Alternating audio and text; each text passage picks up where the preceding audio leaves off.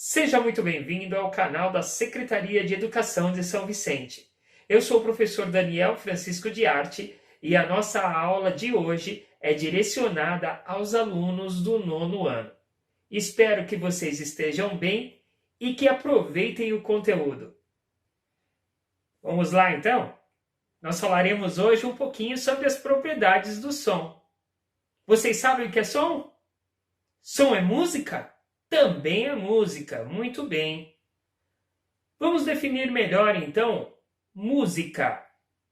Música nada mais é do que as qualidades do som organizadas e intercaladas com o silêncio. O som pode ser gerado de vários modos, e ele é o resultado das ondas que se propagam pelo ar em diferentes frequências. Podemos dizer que o som é tridimensional porque ele se propaga para todos os lados. E o som precisa da matéria para se propagar. Então podemos dizer que o som é uma energia. O ser humano percebe o som a partir da frequência de 20 Hz. Professor, que palavra difícil é essa? Hertz? Pois é, Hertz é a escala que se mede a intensidade das frequências, inclusive do som. E a pausa e os silêncios? Ela é tão importante quanto a própria música. As pausas e o silêncio nada mais são do que a interrupção do som em determinados momentos. Ela é tão importante para as artes sonoras ou musicais quanto o próprio som. Vamos às propriedades do som, então? Vamos começar pela altura. A altura corresponde à frequência do som, que pode ser medida em baixo, médio e alto. A altura corresponde à entonação do som, que pode ser grave, quando as pessoas falam que o som está grosso, médio ou alto, ou seja, um som agudo, aquele som bem fininho. As pessoas confundem muito a altura do som com volume. Quando as pessoas falam assim, abaixa o som, aumenta esse som, está muito baixo. Abaixa, está muito alto. Então existe essa confusão. Só que quando a gente fala em altura, não tem nada a ver com o volume, tá? Isso aí é uma outra propriedade do som que se chama intensidade. Quando nós falamos de altura, nós estamos falando das notas musicais, tá? Tons mais altos são sons mais agudos. Tons mais baixos são sons mais graves, ok? Então são sons altos, agudos, baixos, graves. E tem os sons médios, que não são nem graves e nem agudos. E o timbre? O timbre, ele vem da origem do corpo físico. Por exemplo, a minha voz tem uma característica, então ela tem um timbre. A sua voz tem outra característica, então tem outro timbre. Já passou por aquela situação de você pegar o telefone e ouvir uma voz de uma pessoa conhecida? Pois é, inconfundível, né? Por quê? Porque ela tem um timbre de voz que é diferente do meu e do seu.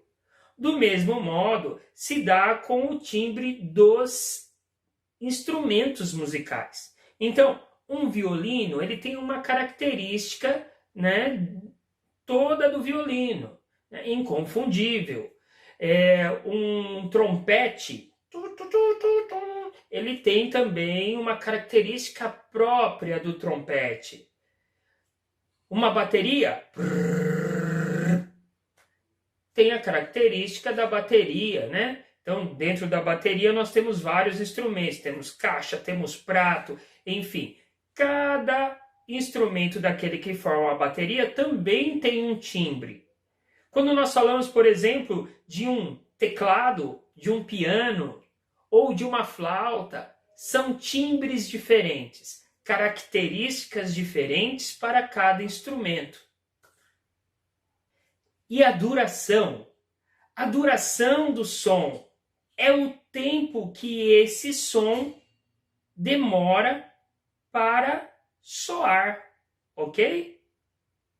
É o tempo da vibração do som.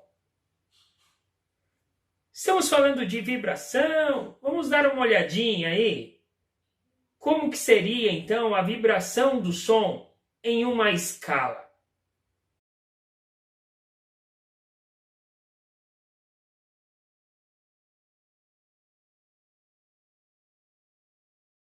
Os sons ainda podem ser ruidosos, ruidosos. Quando nós ouvimos, por exemplo, uma explosão, quando nós ouvimos uma turbina de avião, uma moto passando, estourando, pá, pá, pá, pá, pá, né? Ou então quando nós ouvimos um carro passando, né? Muito barulhento. Muito bem, isso são sons ruidosos. E nós também temos os sons musicais.